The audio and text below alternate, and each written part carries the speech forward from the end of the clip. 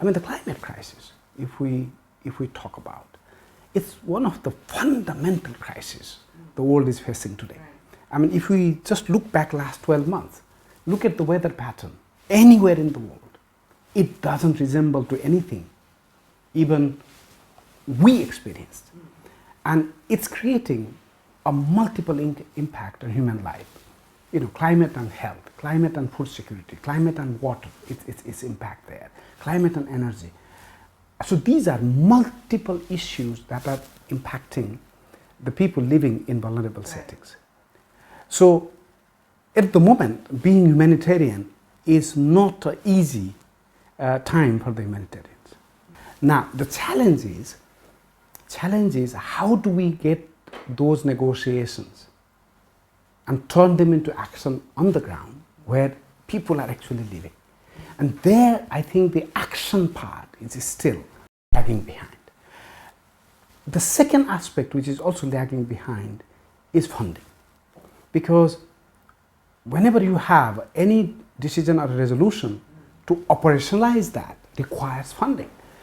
And this has been one of the big asks from my organization, is that how do we get the funding channeled to the communities and the countries which need it the most. I was recently in Malawi and I had a chance to talk to the climate minister there, and one of his main concerns was the climate funding is not sufficiently reaching the communities who need it the most. They are trying their best. But the first thing is the amount available is not enough.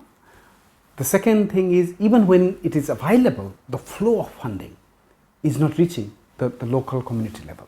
And this is one of our major asks globally, has been to channel the right level of resources reaching the people at the community.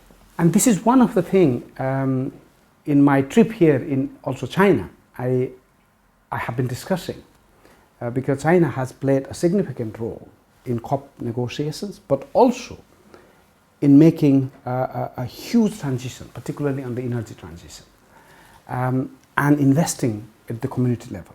And I believe that the partnership with country like China is extremely important if we are to turn the tide of the climate crisis.